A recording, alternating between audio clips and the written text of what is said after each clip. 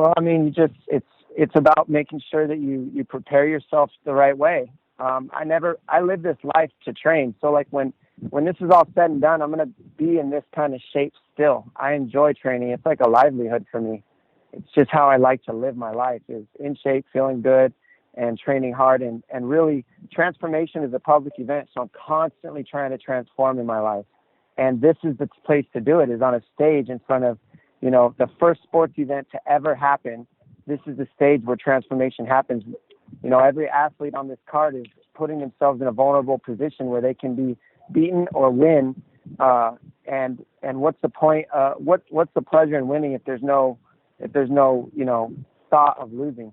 So all this comes together to create, a lot of fire, and I'm excited for it. Awesome. Thanks, guys. Well, you better sign for unemployment checks. I'm taking your ass out.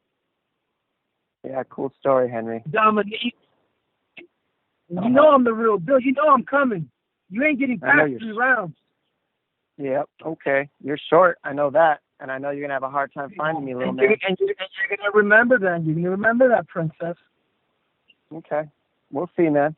When you're in there missing, you're gonna find out real quick the difference and the amount of rounds I got in there over you. I got hours in there over you, little man. You're a wrestler. I'm about to prove that and expose you real quick. You just try not to break it now, princess. You just make sure to make it on May 9th. Yeah, you coming off of shoulder surgery too, smart guy. So how are you any more tough than me?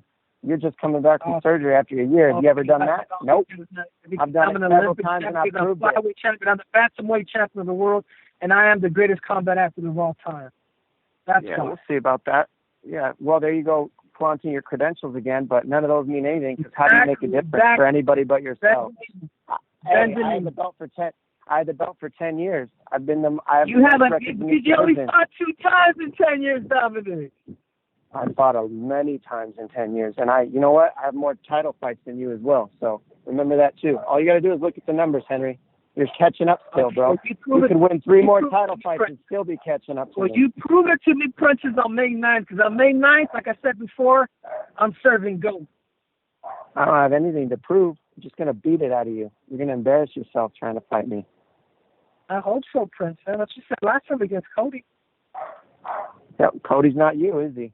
I have no power in the past. I have power right here, right now. I'm another animal on top of that, Dominic. I'm a whole nother piece. What happened with you? What happened with you and Benavidez? What happened with you, Demetrius Johnson? You lost to both of them. I haven't lost to either of them. That was 4 years ago, Dominic. You lost. That was 4 years ago. It was 3 years ago I lost. So there you go. Here you go. If you want to talk about past, there you go for you. I got some proof in why I'm going to smash you. What? I came back and I beat one of the greatest of all time, Demetrius. And I'm about to come back and smash just a little turd who thinks he's better than he is. You're a 25er, and I'm going to prove it. You can try, princess. You can try. Try not to break it now, Dominic. We heard that already. You keep saying the same thing, nerd. Exactly, because you're brittle and you break everything. Did you just come off of the surgery? Does that make you brittle? You're an idiot. Listen to yourself. I'm strong. I'm cockstrong. Lauren, we can move on to the next question. Our next question comes from Kevin. I love you, Dominic. Hey, guys. Thank you for that.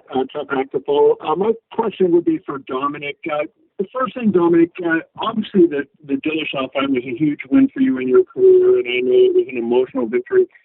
If you were to win this title on Saturday night, do you think it would surpass it, given that you've gone through this a second time? Would it surpass the significance of your win over TJ?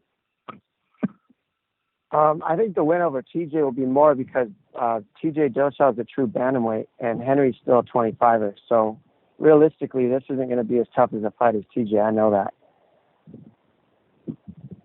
The physical accomplishment of getting your body back and doing everything that you've done, having had to do it a second or a third time, will that add to it at all? Though, even if you don't respect Henry the same way you respected TJ, the fact that you're getting your body back to, that kind of level, will that have any added significance? Well, I never said I didn't respect Henry. I said that it was going to be not as tough as a fight as it was against a true bantamweight in TJ Dillashaw. So don't twist my words, please. I do respect what Henry's done. Yeah, you did. I do respect what Henry's done as a martial artist. You can't take that away. But I do believe that TJ is a true 135er and that Henry is a true 125er. And he'll go back down to his division after I beat him. And, after you had your fight with Cody, you gave one of the most amazing speeches I thought that I've ever heard an athlete give in the UFC, especially after a defeat. And I wonder, was that it? When you look back on it, is that kind of the emotions you're feeling right now as you talked about, giving back, and you talked about how many people have lost their jobs? Is that sort of the same emotion that you're feeling as you felt then after that Cody fight, in terms of the way you approached that speech and the way you try to approach this fight? Yeah, 100%. In that time, everybody in their life has lost something. And I think that was, as a fighter, as a champion who hadn't lost in so long, to be in that vulnerable position and to be able to, just take full responsibility. I think it's bigger than me just making a bunch of excuses. It's about how can you, come up with something to give to the world with the platform that we have, to actually say something that matters rather than just basically vomiting on the mic. I mean, this is a platform we have. A lot of people listen to us. A lot of people like to hear what we have to say. And I think it's important that we use the platform for a bigger purpose. And that's what this is going to create. Dominic, you should try out for Miss Universe. You sound like Miss Universe. That's what this fight represents. It represents something bigger than just me. All across the world, princess. Like I said, and then, Dom, if I could... Go ahead. Dom, if I could just follow up with one other question then. I know when an athlete loses, when you guys lose a fight, you want to get back and get in there and kind of get it. You've had to sit there with that loss for 3 years and haven't had the ability to get back and, not avenge it against Cody, but just beat somebody else. Has that been difficult to deal with? That, the last time you were coming back, you were coming off victories. This time you have that, that red L sitting on your record for 3 years. Is that tough to deal with mentally? No, I don't. I mean, I don't really look at it that way. I look at it as the past. Like, how many times have you made a bad article that you weren't happy with? I'm sure many, and it wasn't perfect. But do you sit and look at that bad article every day when you try to do this interview with me, or do you move on into the present moment and try to ask the best questions you can now? That's what I'm doing. I'm focused on the now, where my power is at, and I'm in very good shape. I feel like money right now. I'm heavy. I'm strong. I'm fast. And I'm lean and I'm ready to go. So that's what I'm focused on. We don't focus on past stuff. There's no control there. What's the point of that? Cool. Thank you. And then I have one question for Triple C, please. Henry, obviously Dominic was, set the standard by which this division is judged by his wins over Demetrius and so many other fighters, Uriah Faber and whatnot over the year. What do you think you have to do to, for yourself to surpass him when people look back and they want to talk about you in this division like that? Do you feel it's a number of wins, or do you feel it's just particular names, beating the Aldos and those kind of people? Is that what it will take? Yeah, no. First of all, I know I'm going to beat Dominic. I truly, sincerely believe that and know that. My plan is not to beat him. My plan is to stop this dude. Is to stop everybody that's in front of me. Like, I'm not out there no more to just win by decision. I'm out there to put people. I'm not there to put people out. So the more I continue to keep doing that, the more people understand that, hey man, this dude is. There's just no denying. So in the past, you went to win by decision. They don't have. You wanted to win by. They don't have. You wanted to win by decision. MMA, they don't have a Michael Jordan. That's what you sound like. They don't have a Michael Jordan of MMA. And I'm me. looking to do that. I'm the Michael Jordan of 135. I'm knocking people out, and that's it. And Dominic happens to be in my way, and I'm getting ready to execute him. Thank you. Our next question comes from Bryce Miller with the San Diego Tribune.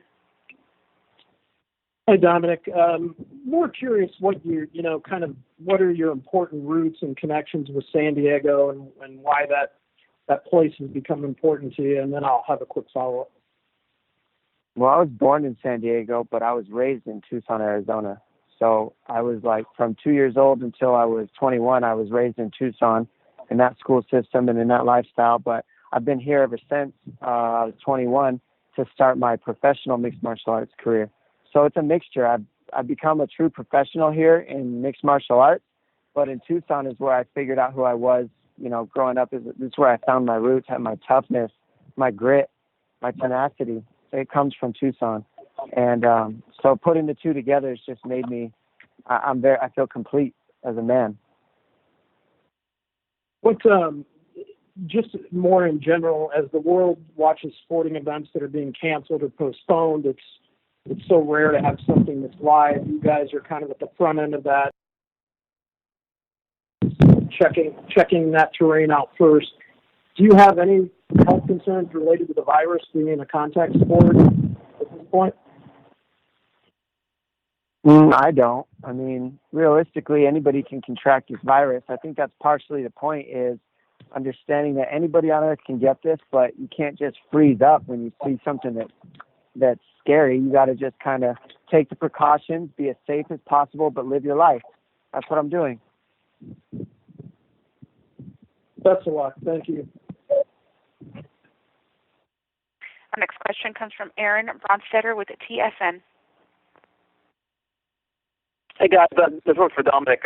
Dom, the circumstances for getting the title shot were a bit different. Obviously, relatively short notice, government restrictions, a great opportunity. But were those circumstances a turn off at all for accepting this fight?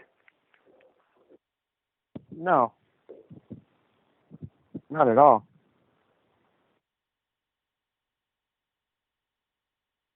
How were you able to train adequately for it under these circumstances? I don't know if you're a year-round, ready to go type guy, or if there were anything you had to do to ramp it up a little bit in the previous weeks. Yeah, I had to ramp it up, definitely. You go from not fighting to fighting a title fight, so yeah, you got to ramp it up. But I've been training with Jeremy Stevens, who I know is bigger, stronger than anybody in my division. So training with him and mixing it up with other small guys at the same time, I've got the speed of small guys that I get to work with and the size of big guys mixed together, and sparring with them round by round really pieces together a good camp. And I've had good training partners, and I got a good coach, and I've been here before many times. I've got tons of title fights, tons of time in that octagon, so it's just another day doing what I enjoy doing. All right, for Henry, you look at your last three wins: Demetrius, TJ Dillashaw, Marlon Reich. If you win this weekend, would you still want to face Jose Aldo next? Because the win streak of Demetrius, TJ, Moraes, Dominic, Cruz, and Aldo could potentially be the greatest win streak ever, really, in terms of resume. Go back and look at my resume. I told Uncle Dana, I said, I ain't leaving. After I beat up Dominic, I said, I'm going to be stomping on Jose Baldo's toes next. And then after that, Alexander Volkanovski, that overgrown midget, he's next. See, that's the best he can do with his platform. You hear that? It's so useless. Sorry for you guys. Exactly, Dominic. Exactly. Come on, You'll man. be part of that. Better, bro. You're better. You're better than the Stop worst. trying to be Miss Universe, princess. I'm here for purpose. I'm here. You better sign up for unemployment. Why are you here? Why are you doing this? Why am I here? Because I am here. What's your purpose I am here in to this? be the greatest of all time. That's why, Dominic. And then what? Knock your ass out. That's why. And then knock you out. And then what? Then when it's all over and you're retired. Then when you're all retired, you're just going to have your belt. Keep knocking everybody out. That's it. That's it, Dominic. Dude, you're like, I swear to you, man. You're like, dude, you should try out for a pageant. I swear to you. Because your actions prove nothing.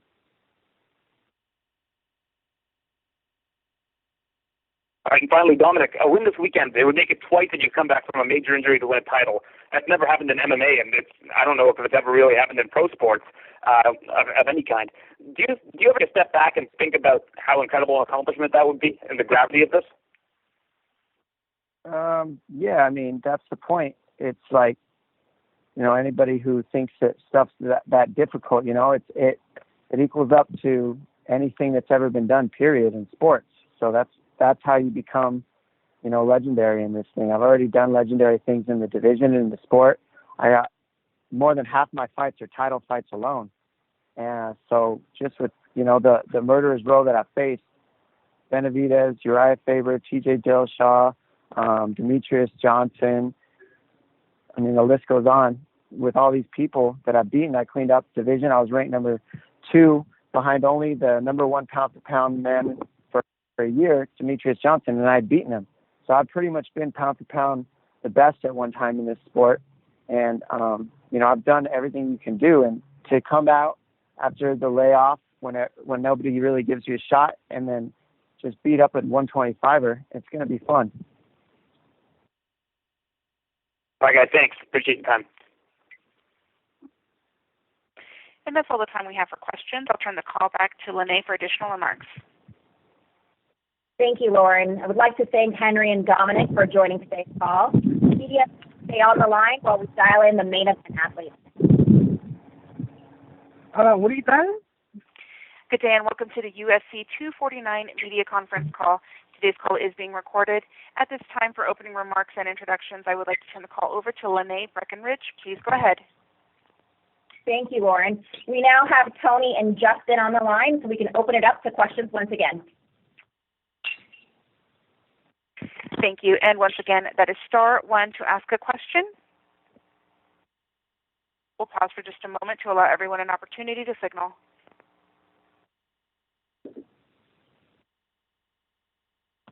How you doing, Justin? We'll take our first question from Jeff Wagenheim I'm great. with ESPN. Great.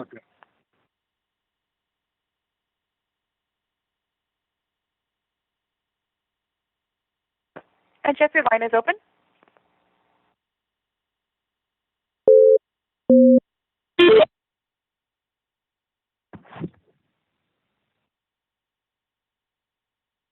Jeff Wagenheim with ESPN, your line is open. We'll take our next question from Jeffrey Harris with 411 Mania MMA. Good afternoon, gentlemen. First of all, I just wanted to thank you guys for coming together and putting this fight card on. It's a very crazy, uncertain time right now, and I'm always grateful for the fighters, but the fact that you guys are coming together and fighting right now in a time where we're looking for distractions and escapist entertainment, it means a lot. So I just wanted to first thank you both. Thank you, bro. Appreciate that. First question for Justin. Originally, this fight was scheduled for April 18th. Did it set your mind at ease at all that you were going to be getting another few weeks to prepare for one of the biggest fights of your career? Yeah, definitely, without a doubt. 20 days is very short notice, but I've had 5 weeks to train, 6 weeks total. So I think, it's super necessary for me to mentally prepare. To fight someone like Tony, I got to, prepare for some. I have to mentally prepare for that. You don't just walk in and be mentally ready. So this time has definitely allowed me that, and I'm definitely thankful I got it. In question for El Kukui, Tony Ferguson, you made weight the weekend of April 18th, the weekend this fight was originally scheduled for. I was so impressed when you did that. I can't think of many fighters who would normally do something like that. But has doing that made it easier for you to kind of stay at an optimal weight to get ready for this new date that was set? I didn't think it was that impressive at all. Justin can vouch for this one too. When you're a wrestler, you make weight every weekend, and it just seemed like the right thing to do. There wasn't shit going on, so it gave somebody something to watch and look forward to. And it wasn't easy. I'll be real. It was actually pretty difficult. I didn't have my nutritionist or anybody with me to do it, and just handled it the way that I knew how to. And I took the reins by my own hand and just went out there and just fucking did it, man. Obviously, like I said before, we don't know what the fights would have happened if I didn't make weight or anything. There wasn't anything going on, so to me, it just made fucking sense, man. And for Tony and Justin, this is called an interim title fight, but would either of you see yourself as the true champion of this division after this fight is over, considering Khabib is not making it to this fight, and I guess no one sent in location? Fuck Khabib. I'm going to be real. Sorry about cutting you off, Justin, but I want to say fuck Khabib. I'm defending my belt for the third time. This is for the real belt. This is not for an interim title. This is for the real championship shit, man. It's champ shit only, buddy. Yeah, for me, this is the biggest fight of my life.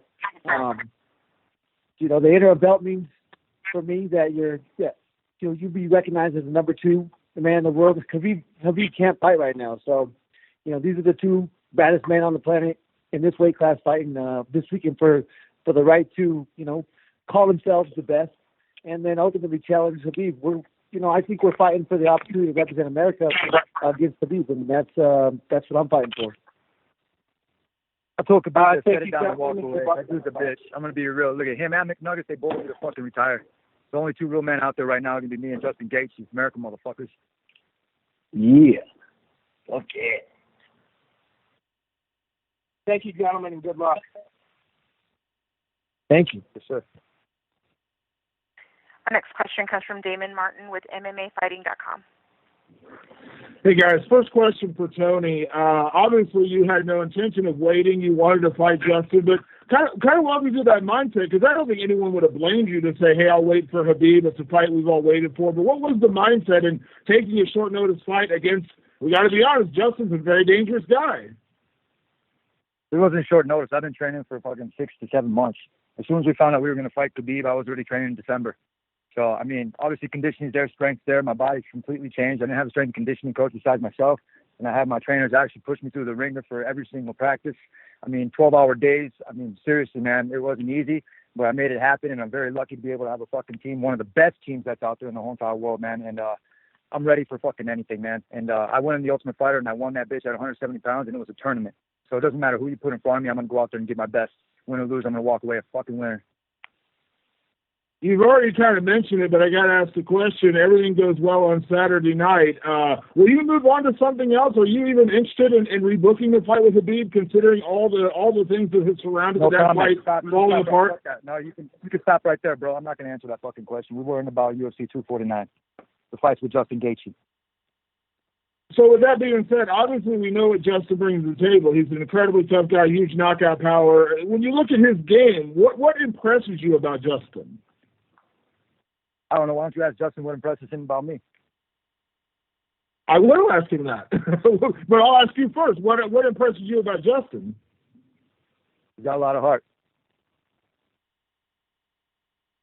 Justin, for you, obviously you've fought a lot of great guys in your career, so I'll kind of turn that question around to you. When you look at Tony, what does impress you most about Tony Ferguson?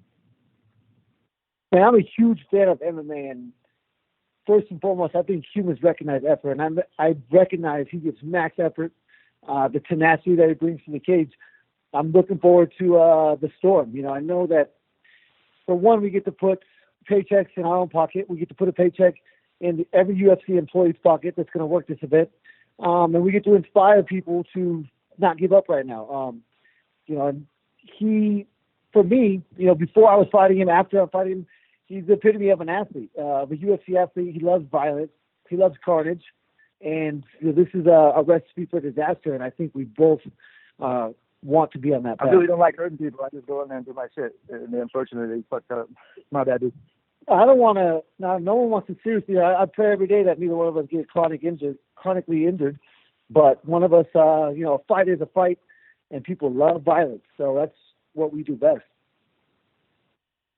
And Justin, you talked about your end goal is always to get to the lightweight title. Obviously, this was kind of a weird set of circumstances to get here. But have you kind of wrapped your head around that? What it will mean, to finally win that title if everything goes well for you on Saturday nights? But I know that's kind of always been the end goal. Everyone talks about the bonuses and the exciting fights, but I know your goal has always been to be champion. Yeah, I haven't really crossed. My life doesn't exist after May 9th right now. Honestly, it doesn't matter. When the fight comes, there's only a few things that I can control. That's preparation, effort. The preparation's there. The effort will be there. And outside that, like I said, my life does not exist after May 9th right now. Awesome. Best of luck this weekend, guys. Thank you, Dan. Sure. And as a reminder, that is *1 to ask a phone question.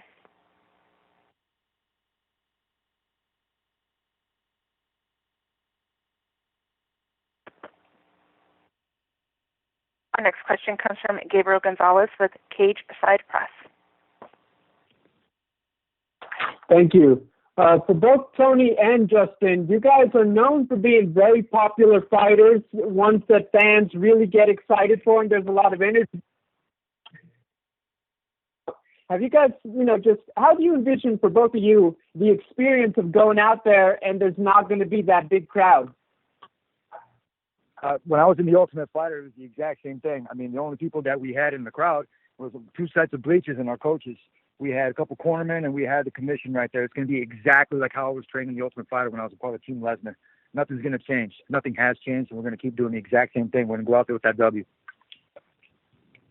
Me and Tony grew up wrestlers, and for Justin, you never knew how many people were going to be in that arena, in the gym.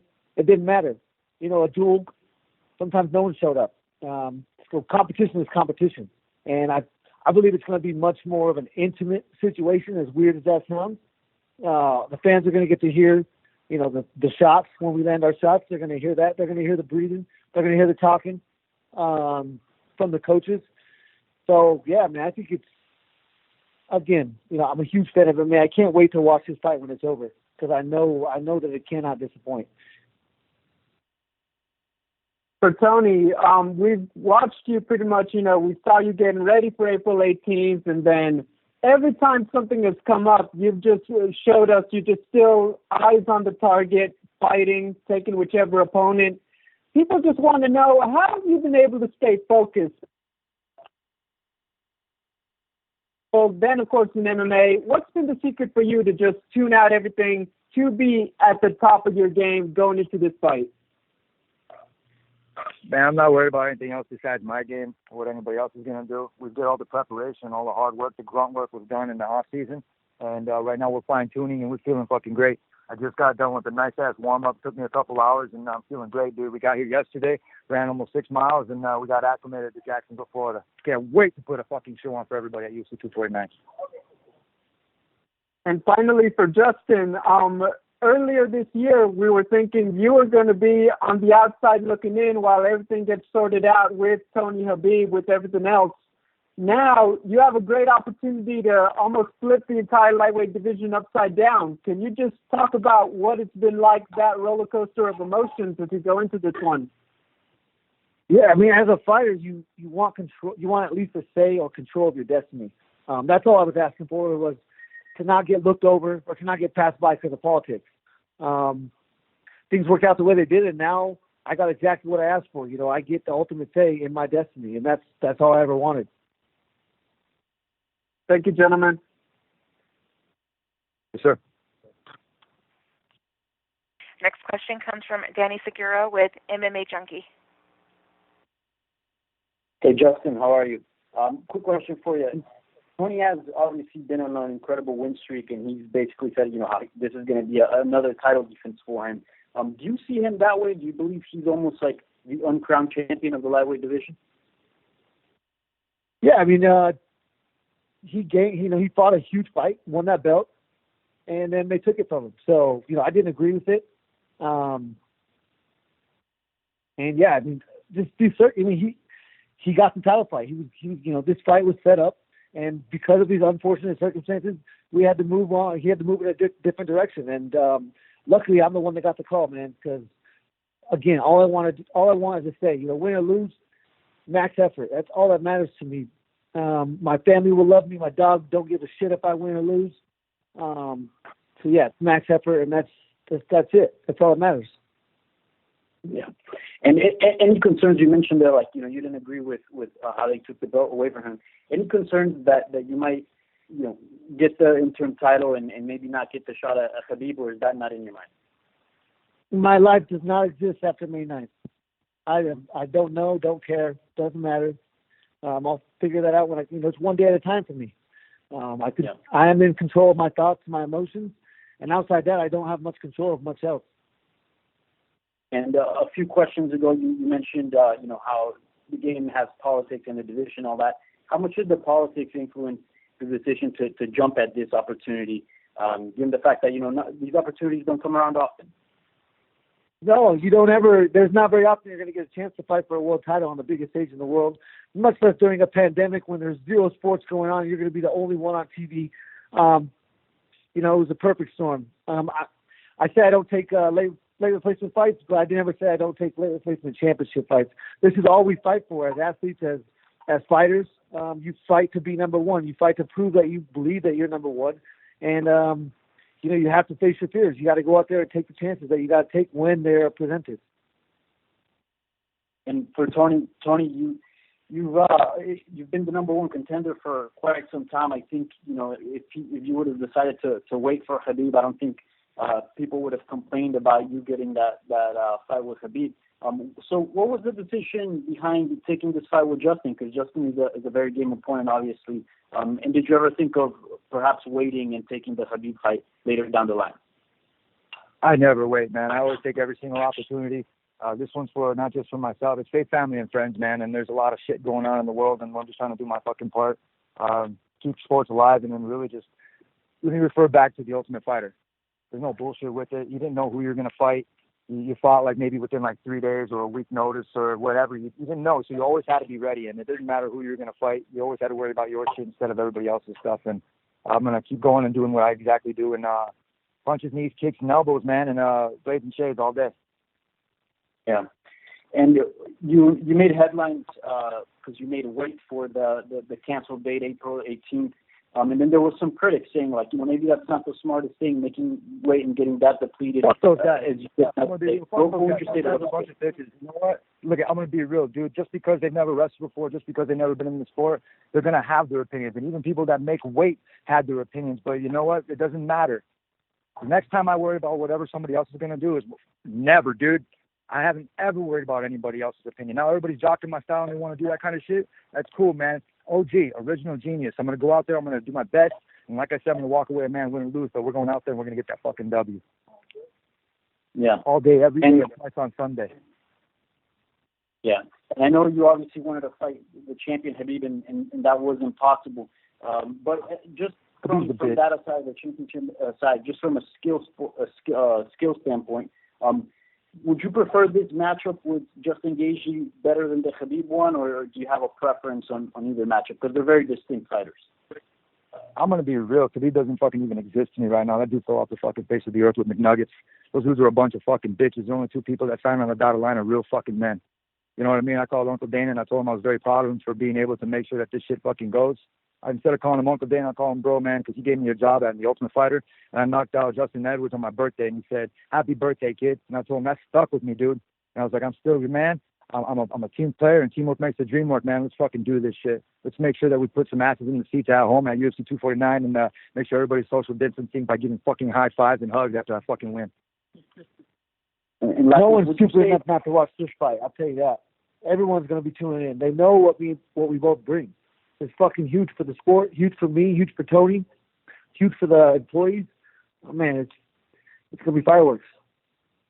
There'll be a lot of people watching that. Yeah, and I wanted to ask about that, and this is for both of you guys.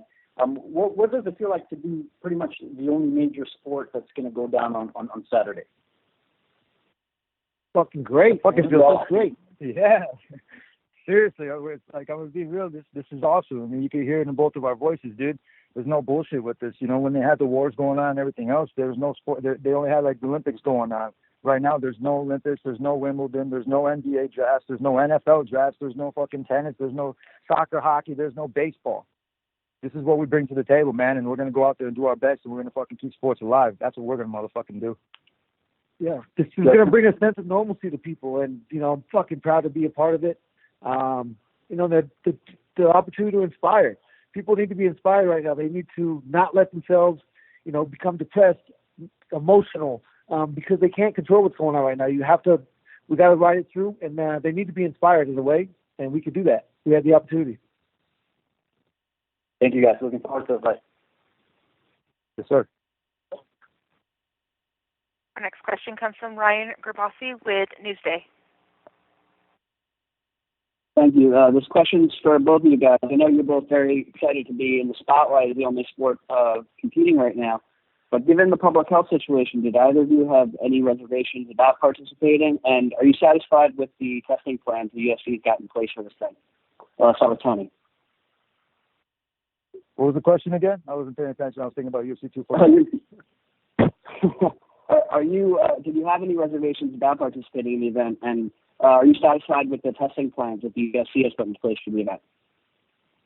Yeah, I actually went through the testing process today, and one of my trainers fucking scared shitless. I won't tell what name it was, but we went in there and we handled shit like a business. And the testing was interesting. I'll be real. I'm gonna post up a video today, and I don't know if I don't know if you went through the shit already, but just tickle your brain. Tomorrow. Hey. I'll be going through that tomorrow. Man, I honestly had no reservations. Fighting is very dangerous. So I think we'll be just fine.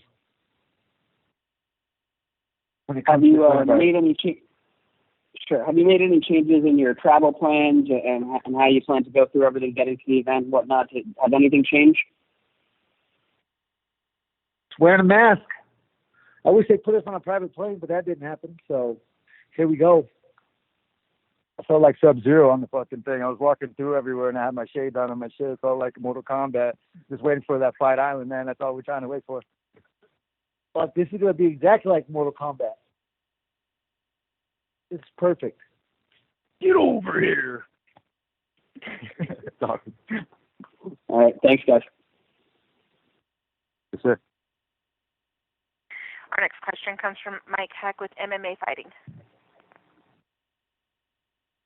Hey guys, Justin, I just had a quick question for you. When this fight was first booked, you had done some interviews and talked about how you felt like it was terrifying with everything going on, that you seemingly had to doubt yourself to sort of give you that extra boost heading into a fight.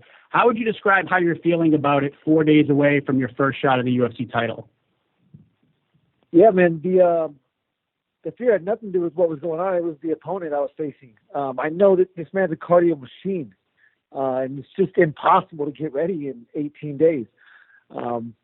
I've been very surprised, and it's crazy how my body has responded with the extra time. And right now, man, I'm only scared if you're worried about winning or losing. That's not a factor here. I care about effort and the fact that people know that. Never quit. Never quit.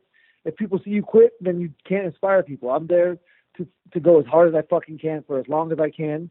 And I got the perfect opponent right there, man. He is a cardio machine. So the fear came from knowing that with 18 days, it was going to be absolutely impossible to be ready for 25 minutes. With the 5 weeks I've had now, I'm 100% confident. And yeah, man, I'm ready. I need my nose broken. So hopefully one of them, I haven't been able to breathe through my nose for like 12 years since wrestling. So hopefully one of them elbows cracks my nose. The UFC's got to pay for that shit. And it's an exciting ass fight. That's all I'm Fuck yeah. Insurance, Tony, Tony, sort of a similar question for you, because you've been doing this for a long time, and you went through the Ultimate Fighter, and you've gone through all these different things to get to the point you're at right now. Do you still need to find something to carry as a chip on your shoulder heading into these fights, or does the fight itself just motivate you enough, along with just being one of the greatest in the division? You remember when I said that shit? I don't have a chip on my shoulder, but I have a chip on my shoulder. It's kind of one of those double negative kind of things, and this is an athlete sport. I'm going to be real. I don't bring any hate into the sport except when I'm fighting, certain people. But we have another athlete who's game. He's Olympic caliber, and we're going to go out there. And like I said, man, I'm not going to try to be lame and say we're going to do our best and do 150% and everything else like that. But who fucking raw, man? We're fucking men. We're going to go out there and we're going to do a fucking show, dude. I mean, literally, it doesn't matter. Will be a war. It will be a war, and the people will fucking love it. We're going to go out there. And Tony, also, man, and we're going to shake hands. And I'm going to hold on. I'm still talking, brother. Just kidding, man. Go ahead. I was just gonna say, there's no hate here. There's a lot of respect between both of you guys. You guys kind of know what you're up against. You're going to go in there and you're going to go to war for as long as the fight takes place. But how refreshing is that for you, just knowing that you're going to go into a fight with a guy who's just as game as you are, that's just as fired up as you are, and there's no hatred or BS to be thrown around here in terms of headlines and clicks and things like that? That's why we're main eventing, man. That's why everybody else, and we got other people fighting on the undercard. I'm going to be real. We don't have to refer back to who, but we're going to say, you know what, this is where we belong, and we're the best of the best, and we're top five. We're going to go in there and we're going to do exactly what we do, and that's fucking throwing fucking bows, bro. Justin, is this outside of the title implications from a competitive standpoint, is this the most enthused and fired up you've been for a fight outside of the main event and the title implications? Yeah, I mean, after I think it was my big win, I said I wanted to fight Tony because I know, man, you know, we're both some very fucking special people when it comes to being able to be comfortable when adrenaline is coursing through your veins. That is not something that is natural. That is something that has been learned, been worked on. And that feeling when it's going through my veins, you know, it's the best drug on earth. I'm telling you right now, it's the feeling of being in a life or death situation and being able to actually be comfortable there. There's nothing like it, man. And I know that he is the same way. And you know, I knew one of us probably going to get 2 bonuses. We're both getting 1 bonus. And I fight for money. So this is, and at the time when I said that, I was shooting to be the most exciting fighter in the world. And Tony is the best opponent to bring that out of me. Right. All the best, you guys. Thank you. Yes, sir. Thank you. We'll take our next question from Alistair Hendry with Fighters Only. Hi, Justin. Just a quick question. I noticed that you made your pro debut a month after Ferguson made his UFC debut, so it seems crazy how quickly you've come up. But when you were coming up on Raging the Cage and World Series of Fighting, how much of a fan were you of Tony Ferguson? You say he signed with the UFC a month before I did? No. I was saying you made your pro debut a month after Ferguson made his UFC debut. Oh, I got you. Okay. Man, it's fucking awesome. It's surreal. You know, I've always looked at it as one fight at a time. I never looked ahead. I never saw myself here. But, you know, it's a testament to hard work. I've worked since I was 4 years old. And luckily this became an option and a career path. And I was fucking born, bred, raised to be exactly where I'm at right now in hindsight. But yeah, it's surreal when you look back. I think I'll really enjoy looking back on the career and how fast or how slow or how bad or how good it all went. But that can't happen until it's over. Right now it has to be one day at a time, one fight at a time. This sport is too dangerous to look ahead. Of course, and in terms of social distancing, how much have you been able to see Trevor Whitman, or is it just a case of video calls and phone calls at the time, or before in the last couple of weeks? How often have you been able to see him? Luckily, I have a private gym, so I've seen him every single day. I do all my wrestling there. I do all my boxing, all my privates with my coaches there. There's been no problem. My life has not changed one bit since it started. I live by myself, so that's pretty easy. You know, I've been in isolation for a couple of years now, getting my mind ready for opportunities like this. Sure, and I noticed you said something really interesting in the Countdown show. You said that when you were a lot younger, before you got into MMA, you were quite keen to be a social worker. What kind of got you into thinking about that career? The biggest thing was having the parents that I have. I have amazing, unbelievable parents. And, you know, now as I grow up, I understand how lucky I am for that. You know, it's not something that is given to every person, and it's something that, you know, that we don't all get. And so when I understood this, you know, I thought if I could be that positive influence for one kid, you know, much less 100. Now with this platform, I can reach much more. But if, you know, in my mindset it was like, you know, I was lucky enough to have that, and I owe it to at least one child to try and be a positive influence or try and change the negative connotation that they have on life. Cool, great, thanks. So I've got one question for Tony as well. In terms of entertainment value for the fans, would you say Gaethje is the most exciting replacement for Khabib you could have asked for? Justin's a game opponent, man. God, I'm lifting weights right now. I'm gonna be real. I'm not worried about what he's bringing to the table. I'm worried about exactly what I'm doing, man. We went back to basics, and it's a grunt lifestyle. I'm gonna be real, man.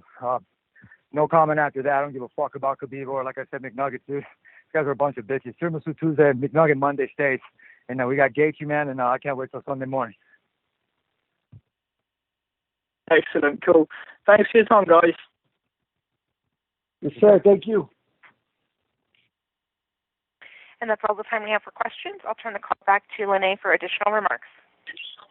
Yes, ma'am. Thank you, Lauren. And I would like to thank Tony, Justin, and everyone else for joining today's call. Please stay tuned for more information on UFC 249 over the course of the week. And a reminder, following 249, UFC continues with Fight Nights on May 13th and 16th from Jacksonville. Thanks, everyone, and have a great day. Real quick. Yeah. I just want to say thank you to my sponsors, RDX Sports, Sidekick Tools, and Monster Energy, and everybody else in Montejo. Hey, keep it real. Defy the ordinary. Thank you, Tony. Let's go to war, baby. Let's go to war. That's true. We'll see you Saturday, Justin. Later.